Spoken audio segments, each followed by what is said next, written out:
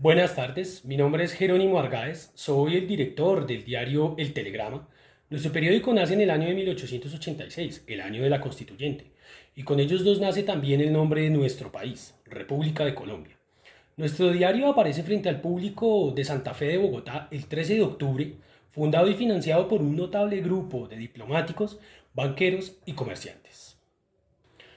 El formato del telegrama es de 4 páginas como esta. Nuestro diseño y diagramación representan una novedad frente a la competencia y nuestra línea editorial se caracteriza por 3 aspectos. El primero, contenido. Nos alejamos del debate político doctrinario, aunque hacemos escrutinio de lo público, es decir, la iglesia, la banca y el Estado. Segundo, innovación.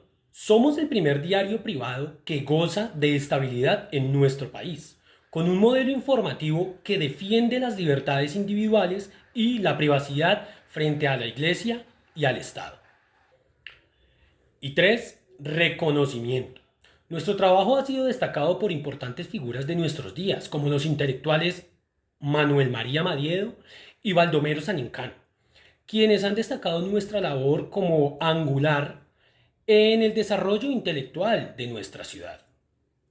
¿Y cómo lo logramos? Con 2 estrategias empresariales innovadoras. La primera, un tiraje de 600 ejemplares diarios que son adquiridos por el público usuario del ferrocarril de la Sabana. Dos, con el uso privilegiado del telégrafo, ya que podemos acceder a cables internacionales y con ello aumentar la calidad de la información que brindamos a nuestros lectores. Somos un diario que responde a los retos del cambiante rumbo sociopolítico de nuestra nación, considerando aspectos estructurales como la constante modernización en la conformación de esta urbe que pugna por enaltecer los valores liberales modernos. El costo del telegrama es de unos pocos centavos, suficientes para alimentar el deseo de permanecer informado y conectado con los hechos de nuestro país. Aparte de la edición diaria semanal, existe la dominical, una apuesta por un componente literario y estilizado que nos hace el mejor diario que usted puede leer. Bienvenidos. Este gran periódico fue el motor, fue lo que ayudó a que se modernizara la mentalidad de los lectores colombianos. Esto mediante la libertad de los modernos, la idea expuesta por Benjamin Constant.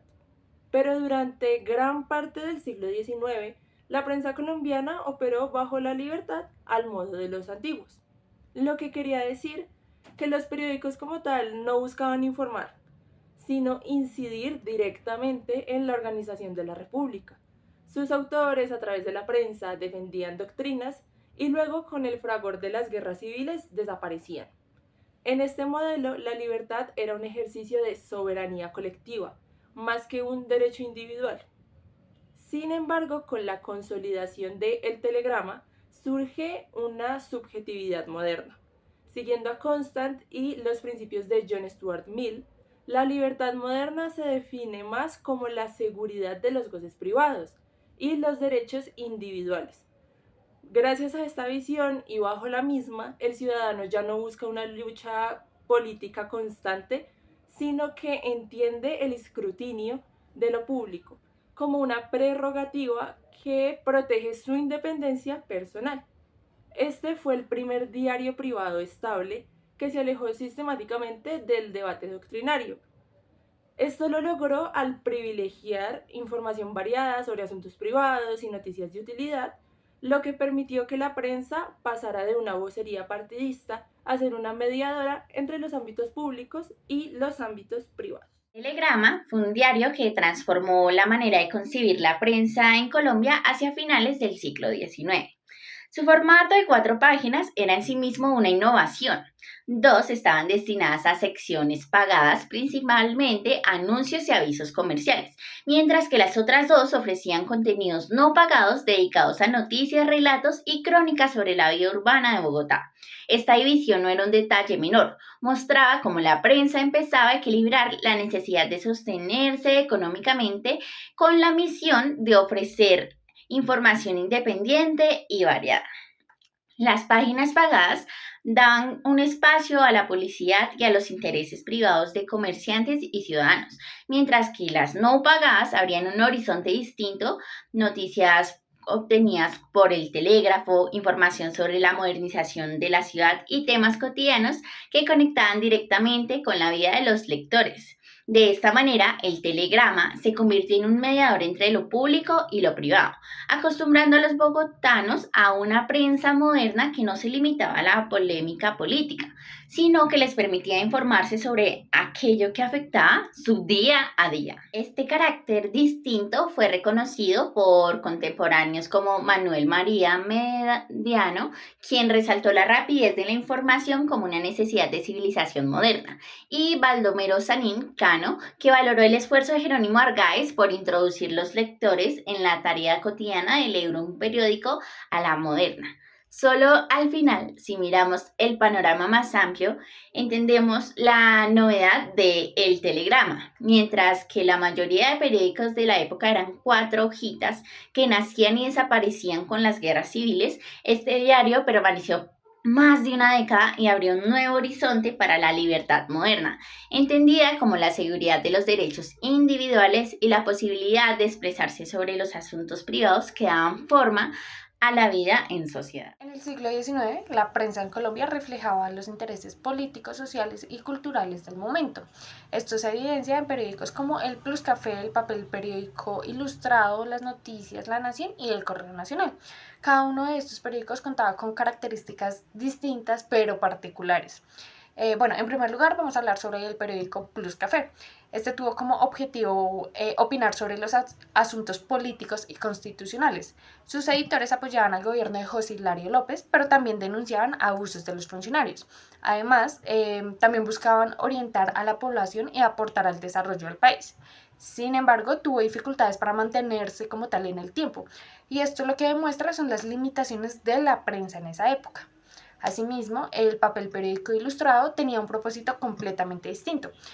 Su objetivo principal era como mostrar lo bello de Colombia y resaltar la riqueza cultural. Este periódico difundía las historias, las costumbres y los logros del país desde una perspectiva más intelectual. Por eso no se centraba en las noticias del día a día, sino en construir una identidad nacional. Y ya con mayor periodicidad y énfasis en los acontecimientos de Bogotá y del país, circuló las noticias. Su editor combinó bajo precio, formato grande y variedad de información. Aunque declaró su adhesión a Rafael Núñez, no tuvo apoyo gubernamental para usar el telégrafo, privilegio que sí tendría el telegrama, quizá porque mostraba solvencia económica para pagar el servicio y ofrecía confianza política al gobierno. El periódico La Nación fue un paso importante hacia la modernización de la prensa colombiana del siglo XIX.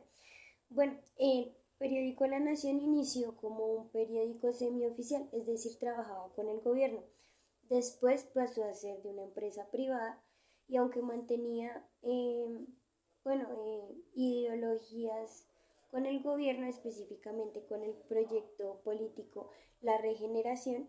La Regeneración fue un proyecto político liderado por Rafael Núñez en el que en el que hizo que Colombia pasara de un gobierno federalista a un gobierno centralista. Es decir, fortaleció el gobierno, fortaleció la iglesia y fortaleció la alianza del gobierno con la iglesia. A pesar de estas alianzas ideológicas, este periódico intentó ampliar su eje informativo. Tenía información de interés público oficial e información de interés privado. Esto lo hizo un periódico más completo, por ende más moderno. Por su parte, el Correo Nacional adoptó un modelo más moderno, inspirado en experiencias anteriores y con experiencia en estas.